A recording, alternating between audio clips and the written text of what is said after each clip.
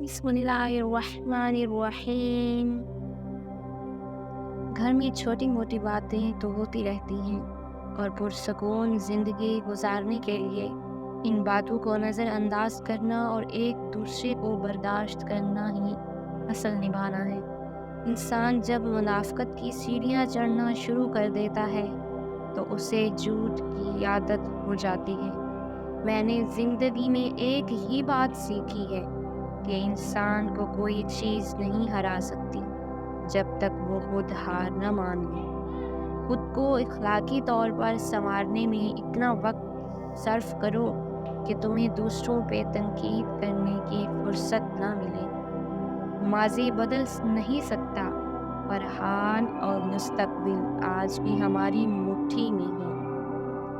اکثر ایک حد تک درد سہنے کے بعد انسان خاموش ہو جاتا ہے، پھر نہ کسی سے شکایت کرتا ہے اور نہ ہی کسی سے امید رکھتا ہے۔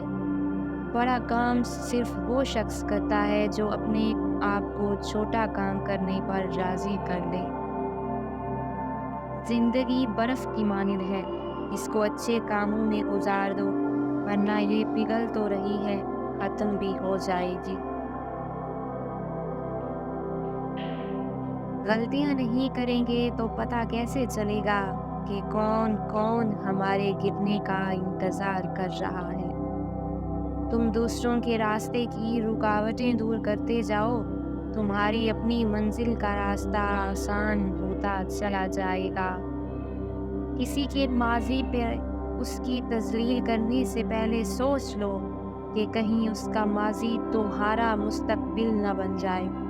اکثر قصور ہمارے الفاظ کا ہوتا ہے جو سامنے والے کو ہم سے دور کر دیتا ہے۔ انسان کی تربیت کا فرق ہوتا ہے، ورنہ جو سن سکتا ہے وہ سنا بھی سکتا ہے۔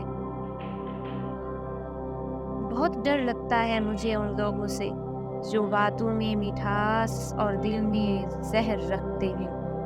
انسان ہمیشہ تکلیف میں ہی سیکھتا ہے، ورنہ خوشی میں تو پچھلے سبق بھی بھول جاتا ہے۔